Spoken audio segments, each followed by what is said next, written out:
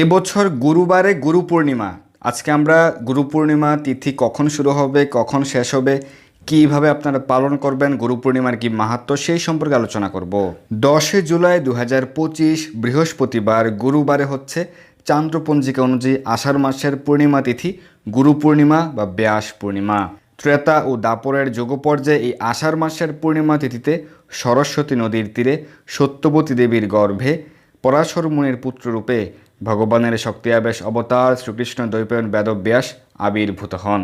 তো এই গুরু পূর্ণিমা তিথি হচ্ছে ব্যাসদেব মহাশয়ের আবির্ভাব তিথি। তিনি যেহেতু জগতের গুরু, তাই গুরু পূর্ণিমা বা ব্যাস পূর্ণিমা বলা হয়। এই জগতের সকল গুরুদেব হচ্ছেন ব্যাসদেবের প্রতিনিধি। চলুন আমরা পূর্ণিমা তিথির সময়সূচি জেনে নেই। 10 জুলাই 2025 পূর্ণিমা তিথির সময়সূচি। সারা বিশ্বের পূর্ণিমা তিথির সময়সূচি।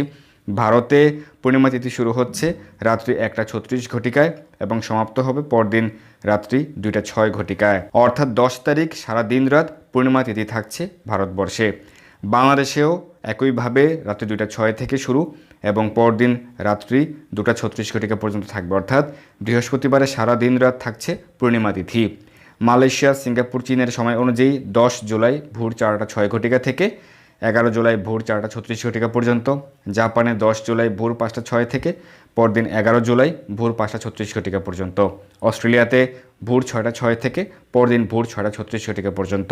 দুবাই ওমানের সময় অনুযায়ী 9 জুলাই মধ্যরাত্রি 12টা 6 অর্থাৎ রাত 12টার হিসেবে সেটি 10 জুলাই হয়ে যাচ্ছে রাত্রি 12টা 6 থেকে পরদিন রাত্রি 12টা 36 পর্যন্ত, অর্থাৎ 10 তারিখ গুরুবার বৃহস্পতিবারে সারা দিন রাতে কিন্তু পূর্ণিমা তিথি থাকছে দুবাই ওমানেও।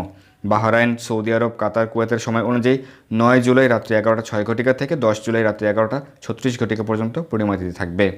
লন্ডনের সময় অনুযায়ী 9 জুলাই রাত্রি 9টা 6 থেকে 10 জুলাই রাত্রি 9টা 36 পর্যন্ত।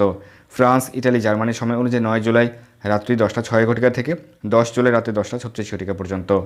আমেরিকা, কানাডার সময় অনুযায়ী 9 জুলাই দুপুর 3টা 6 থেকে 10 জুলাই দুপুর 3টা 36 পর্যন্ত এবং ব্রাজিলের সময় অনুযায়ী 9 জুলাই বিকেল 5টা 6 থেকে 10 জুলাই বিকেল 5টা 36 পর্যন্ত, অর্থাৎ সারা বিশ্বেই গুরু পূর্ণিমা পালিত হবে, উদযাপিত হবে 10 জুলাই বৃহস্পতিবার।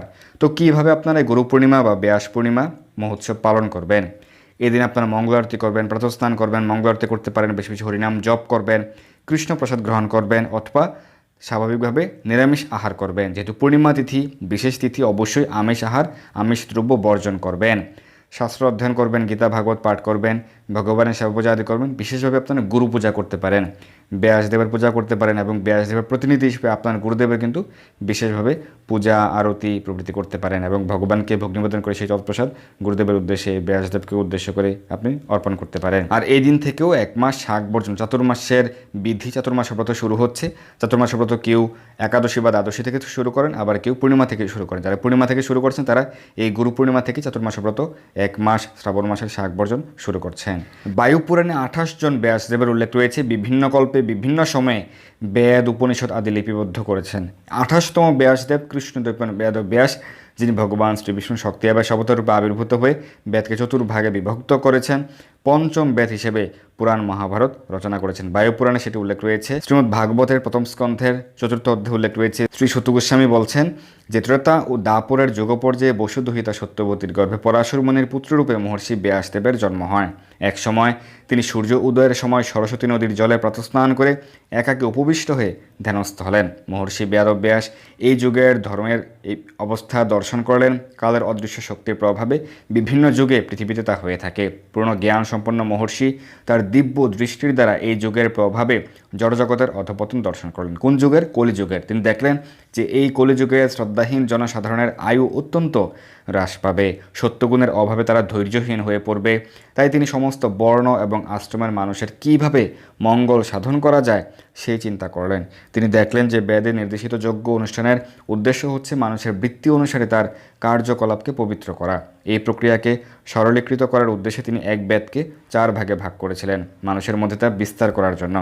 জ্ঞানের আদি উৎস বেদকে 4টি বিভিন্ন ভাগে ভাগ করা হয়েছিল, কিন্তু ঐতিহাসিক তথ্য এবং পুরাণে উল্লিখিত সত্য ঘটনার বর্ণনাগুলিকে পঞ্চম বেদ বলা হয়। এইভাবে অজ্ঞানীদের প্রতি অত্যন্ত কৃপালু মহর্ষি বেদব্যাস বেদ সংকলন করেন, যাতে অল্প বুদ্ধিসম্পন্ন মানুষেরা তা হৃদয়ঙ্গম করতে পারে। স্ত্রী, শূদ্র এবং দ্বিজোচিত গুণাবলীবিহীন ব্রাহ্মণ কুলোদ্ভূত মানুষদের বেদের তাৎপর্য হৃদয়ঙ্গম করার ক্ষমতা নেই। তাই তাদের প্রতি কৃপা পরবশ হয়ে মহর্ষি বেদব্যাস মহাভারত নামক ইতিহাস রচনা করলেন, যাতে তারা জীবনের পরম উদ্দেশ্য লাভে সমর্থ হতে পারে। শ্রীমদ্ ভাগবত মহাপুরাণের প্রথম স্কন্ধের 4th অধ্যায়ে বিশদ বর্ণনা রয়েছে। তো ব্যাসদেব বা বেদব্যাসের মন হচ্ছে ক্ষীর সমুদ্রের ন্যায়, তাঁর দয়া, তার করুণা মন্দর পর্বতের ন্যায়, যিনি করুণাবশত বেদকে মন্থন করে চতুর্বেদে বিভক্ত করেছেন, পুরাণ, মহাভারত, শ্রীমদ্ ভাগবত লিপিবদ্ধ করেছেন। যেহেতু তিনি শাস্ত্র প্রণেতা, তাই শাস্ত্র অধ্যয়নের পূর্বে আমরা তাঁকেও প্রণাম করি। শাস্ত্র অধ্যয়নের পূর্বে আমরা একটি প্রণাম মন্ত্র উচ্চারণ করি, নারায়ণম নমস্কৃত্য নরং চৈব নরোত্তমম দেবীম সরস্বতী ব্যাসম তত জয়ম উদীরয়েৎ। বসুদুহিতা ধীবর কন্যা, ধীবর মানে হচ্ছে জেলে, সত্যবতী ব্যাসদেবের জন্মের পূর্বে ব্রহ্মার নিকট প্রার্থনা করেছিলেন যেন তিনি শক্তিশালী পুত্রের জন্মদান করতে পারেন। তখন পরাশরমণি তাকে বলেন, তোমার গর্ভে যে পুত্র আসবে সে ভগবানের বিশেষ শক্তিপ্রাপ্ত হবেন। শক্তির আবেশ, সে বেদকে চতুর্ভাগে বিভক্ত করবে এবং ত্রিজগতে খ্যাতি অর্জন করবে, তাকে সমস্ত জগতের গুরু বলা হবে। এবং শ্রীমদ্ ভগবদ্গীতায়ও ভগবান উল্লেখ করেছেন 10ম অধ্যায়ের 37 নম্বর শ্লোকে যে সমস্ত মুনিগণের মধ্যে আমি হচ্ছি ব্যাস, মুনিনাম অপি অহম ব্যাসঃ। এবং শ্রীমদ্ ভগবদ্গীতায় ভগবান আরও উল্লেখ করেছেন 15 অধ্যায়ের 15 শ্লোকে, বেদান্তকৃত বেদবিদ এবচ হম, আমি বেদান্তকৃত, আমি বেদান্ত কর্তা, বেদরূপে জ্ঞান প্রদাতা। বেদবিদ মানে বেদের শিক্ষক।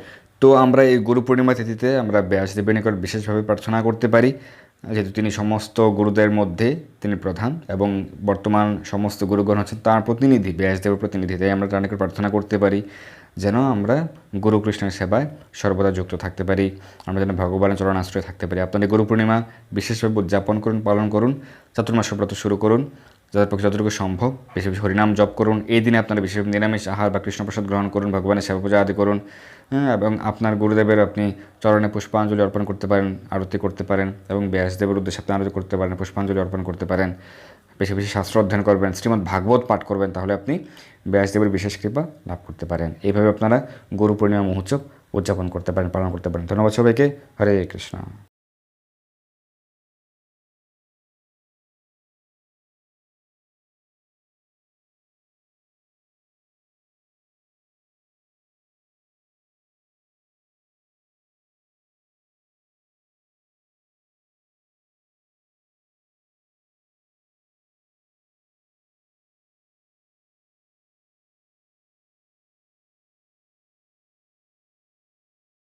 এই দুর্লভ মনুষ্যজন্মকে সার্থক করতে যুক্ত হন কৃষ্ণ ভাবনায়।